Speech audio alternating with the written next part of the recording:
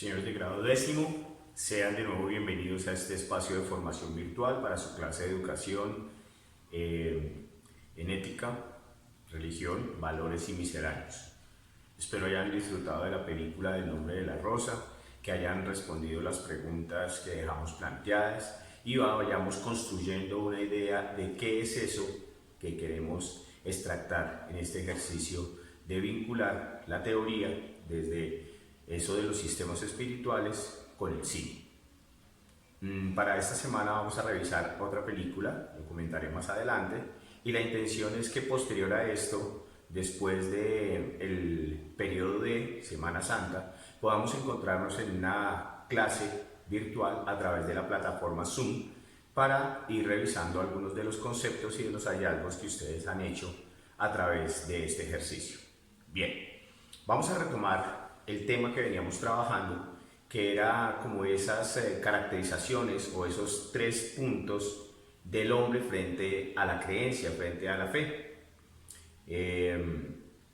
Y es el ateo, el agnóstico y el creyente. Bien, vamos a caracterizarlos hoy un poco más, de una manera un poco más detallada, intentando también ver cómo se caracterizan estas tres posibilidades del ser frente a ese ejercicio, digamos, de la fe, de la creencia o de la espiritualidad, que son términos que parecen sinónimos comunes, pero poco a poco vamos a ir viendo cuáles son las diferencias que puede haber frente a cada uno de ellos. Bien, iniciemos entonces con el ateo.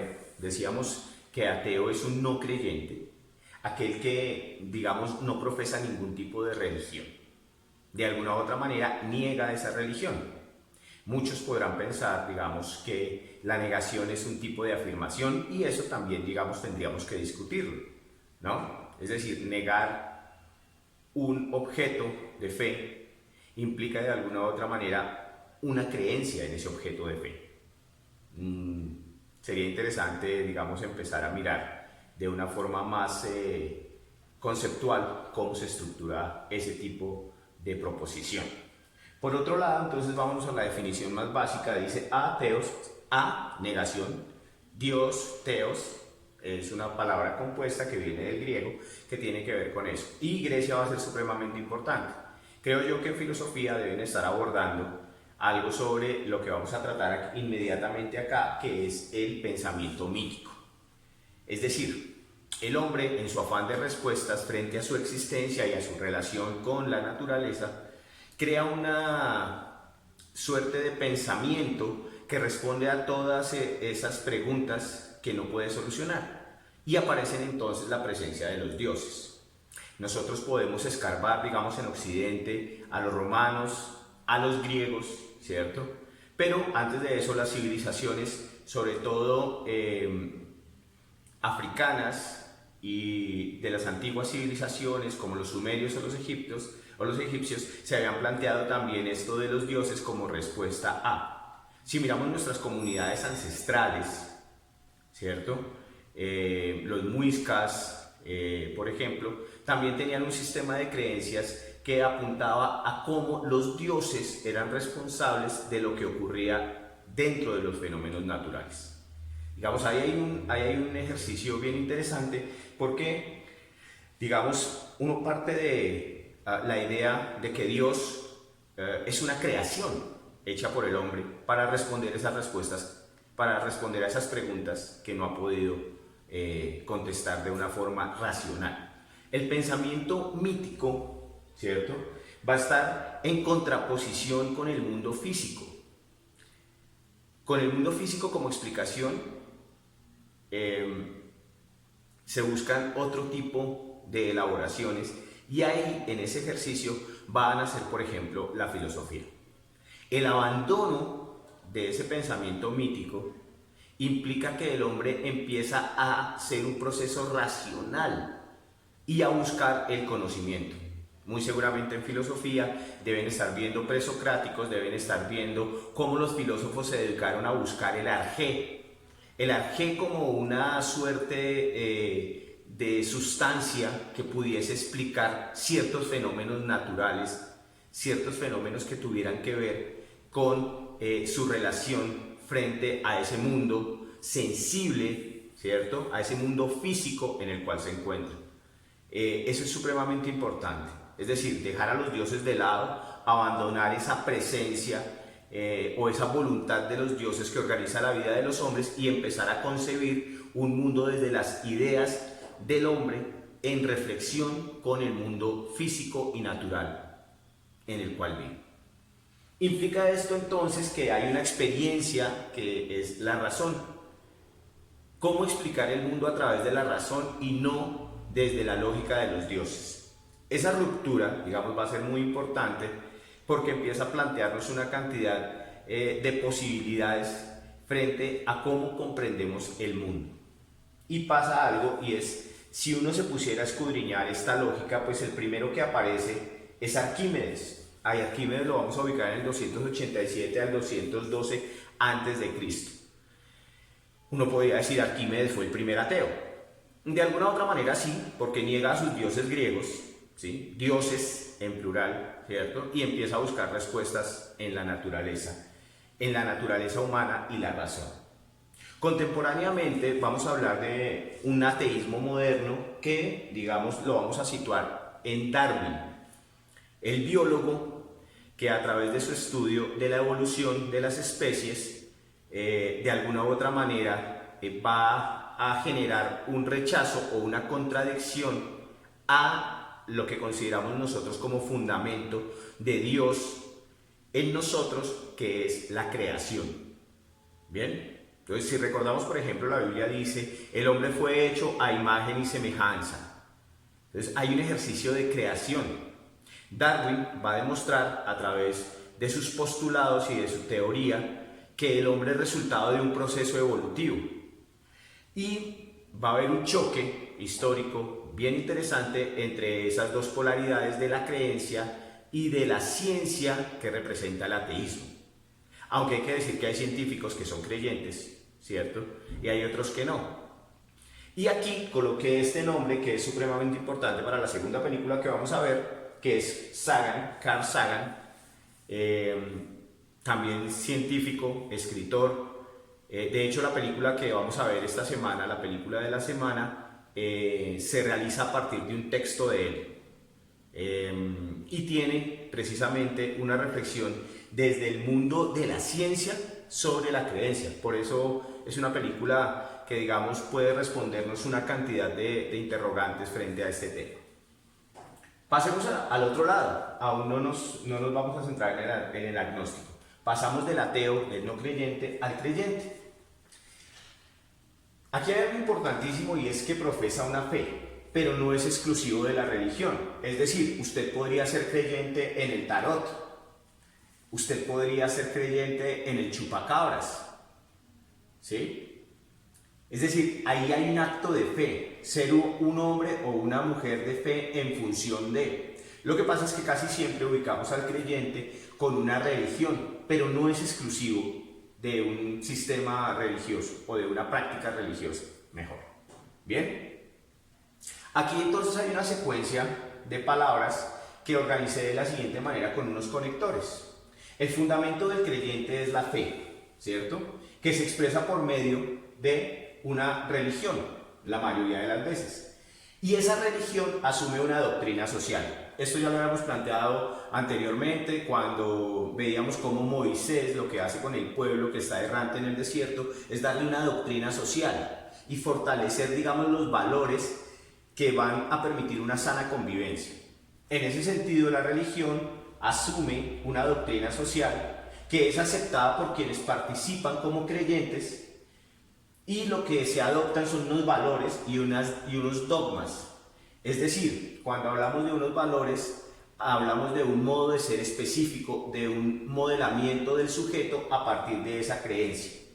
Y los dogmas básicamente son unas prácticas transmitibles, ¿cierto?, a través de las cuales se fundamenta la religión. Esto tiene que ver con un ejercicio de ritualidad. Entonces, por ejemplo, nosotros en la religión católica, de tradición judeo-cristiana, tenemos la misa. Nuestros hermanos cristianos tienen el culto. ¿Bien? Es decir, hay una ritualidad alrededor de eso. hay unas prácticas que son generacionales, se heredan. Por ejemplo, los sacramentos en la religión católica. Entonces, el hecho de que nuestros abuelos hayan sido bautizados, nuestros padres hayan sido bautizados, nosotros somos bautizados y muy seguramente, si seguimos en ese ejercicio generacional de mantener esas prácticas desde la religión, pues vamos también a bautizar a nuestros hijos. ¿Ven? Entonces es transmitible generación a generación. ¿Qué implica eso? Pues un determinado modo de ser y de hacer, de entender la relación con el mundo, que tiene que ver con la espiritualidad o la religiosidad. Eso lo vamos a ir determinando ya un poquito más adelante. Pero lo que sí está claro es que eso determina culturalmente cómo somos. ¿Bien? Cómo solemos ser, cómo son nuestras relaciones y cuál es, digamos, esa condición de creencia. Por ejemplo, en el Islam hay unas reglas muy fuertes que separan la lógica de lo masculino y lo femenino, ¿cierto? Ellos tienen, por ejemplo, una ritualidad que implica que 5 veces al día tienen que postrarse a orar a la Meca, en sentido a la Meca, como un acto de reverencia y de fe. ¿Ven? Entonces, la religión organiza también socialmente a los sujetos. Se constituye en una institución muy poderosa para poder reglamentar eso que decíamos acá, que es una doctrina social. ¿Bien? Ahora, voy a dejar esto en remojo, pero voy a leer el título y es Hipótesis del diseño inteligente. ¿Bien? Hipótesis del diseño inteligente lo vamos a abordar en una clase posterior, pero tiene que ver básicamente con cómo entendemos esta relación con lo agnóstico o con esa tercera posibilidad que es ser agnóstico. Vamos a decir entonces que los agnósticos se encuentran en medio de la creencia y el ateísmo de alguna u otra manera, aunque no es tan así, no es, digamos, tan clara esa división, porque hay agnósticos que son ateos y agnósticos creyentes. Expliquemos entonces de qué se trata todo esto. El agnóstico apela de alguna u otra manera a esta lógica en la que veníamos trabajando desde el ateísmo, que es la razón, y al mundo también, digamos, de la ciencia, del estudio de los fenómenos físicos. El conocimiento se da a través de la demostración, y en este caso la demostración científica. Es decir, la pregunta es, ¿la fe, Dios, necesitaría una demostración empírica?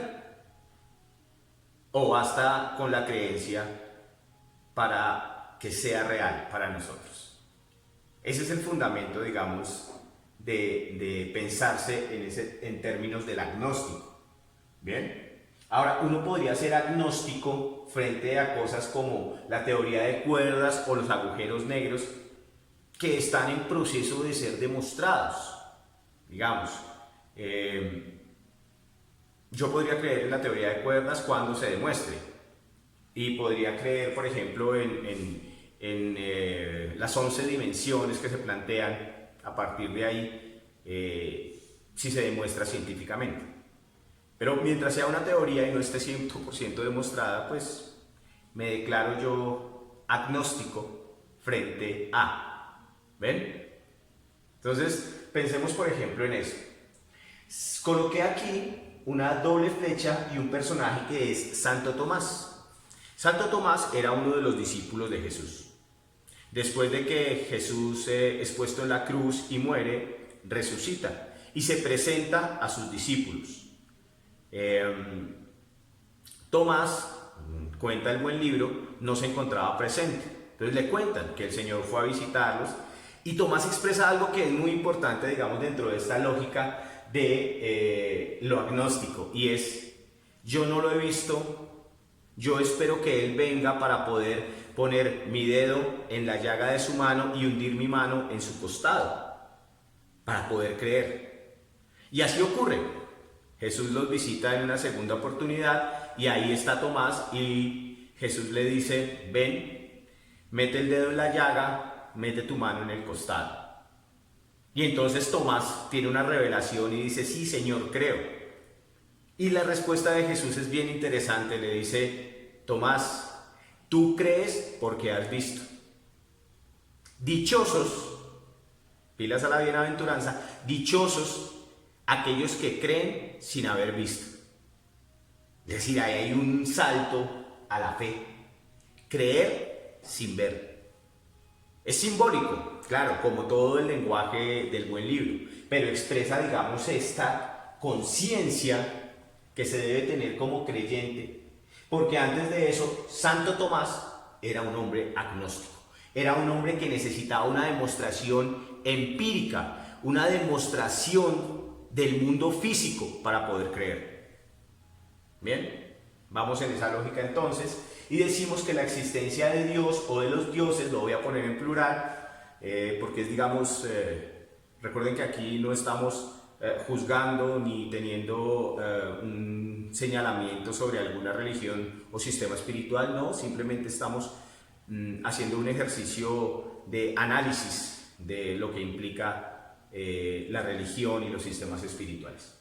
La existencia de los dioses no puede ser demostrada. No hay evidencia para asegurar o negar su existencia. Bien, aquí entonces si uno se sentara a ver Nat Geo, por ejemplo, encontraría un programa como Alienígenas Ancestrales, por ejemplo. Uno podría creer o no creer en esas teorías.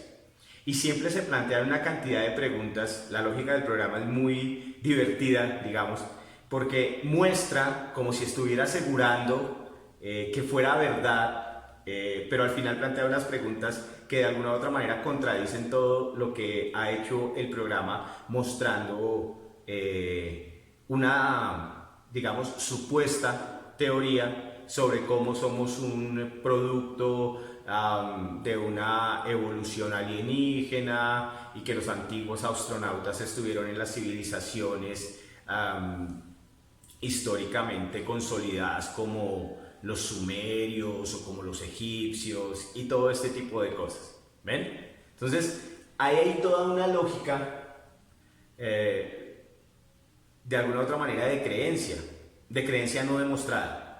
Nadie nos podría decir si lo que se plantea, por ejemplo, en este tipo de programas es verdad o no. No hay una demostración científica. En ese sentido es que los agnósticos pueden ser o pueden tener una tendencia más hacia el ateísmo. Es decir, no creer que exista porque no se ha demostrado, así, de facto. O pensar que sí se puede creer, ¿cierto? Pero que no es demostrable todavía. Es decir, sí existe la posibilidad de que haya una fuerza superior que organice absolutamente todo el universo, pero no ha sido demostrado. Y aquí, digamos, también hay una relación y una polaridad entre esos dos.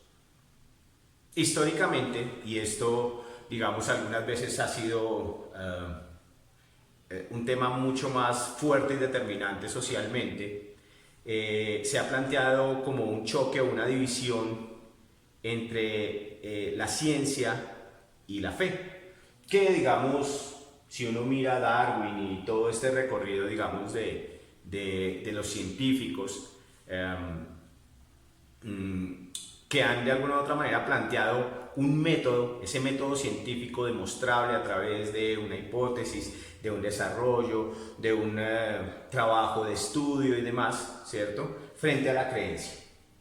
Por eso, digamos, en esos dos extremos, de la ciencia y la fe, del que cree y aquel que no cree, es que vamos a ver esta película esta semana. Es una película de 1997, se llama Contacto. Es una película que protagoniza Jodie Foster y Matthew McConaughey. A él lo vamos después a abordar en otra película que es Interestelar, pero aquí vamos a entender que los dos personajes principales están ubicados en estos extremos. Hay una parte muy interesante, quiero que le presten muchísima atención a una conversación que tienen ellos dos cuando hablan de cómo se demuestra el amor, ¿bien? Porque tiene que ver con este sentido de la existencia. Yo les voy a dejar 10 preguntas, van a estar en el tablón, van a estar también asignadas como tarea, 10 preguntas para que hagamos un ejercicio de la siguiente manera. La idea es leer las preguntas, tener las preguntas en la cabeza mientras vemos la película y después de eso irlas respondiendo. Espero que de alguna u otra manera en el ejercicio anterior del nombre de la rosa, tanto como en este, hayan tenido que consultar otras fuentes. Es decir, no nos podemos quedar simplemente con ver la película, ¿sí? Hay que consultar otras fuentes y sobre todo hacer un proceso de reflexión frente a eso. Entonces, para esta semana está planteado el ejercicio de la misma manera, respondemos las 10 preguntas, hacemos un breve video de 30 segundos con un comentario, ¿sí?, sobre la comprensión que hacemos sobre el tema y con eso ya evacuamos, digamos, este ejercicio. Les reitero entonces que la próxima semana tenemos, digamos, este espacio de Semana Santa y posterior a eso vamos a buscar sentarnos, encontrarnos cara a cara a través de la plataforma Zoom para poder discutir algunos de estos temas y hacer un proceso, digamos, de retroalimentación del proceso que llevamos. ¿Vale? Muchachos, muchísimas gracias por este espacio. Un abrazo para ustedes. Continúen en su casa responsablemente atendiendo a todas las disposiciones del gobierno nacional y distrital y pues manos a la obra. Les voy a dejar el link de la película para que por favor puedan acceder a ella.